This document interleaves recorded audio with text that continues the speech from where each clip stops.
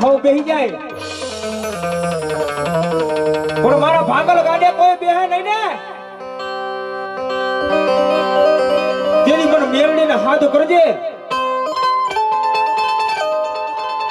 જો તારા ભાગલ ગાડાને એ રેટો મૂકીને જો હોનાનો રથડો નો બનાવું ને બેટા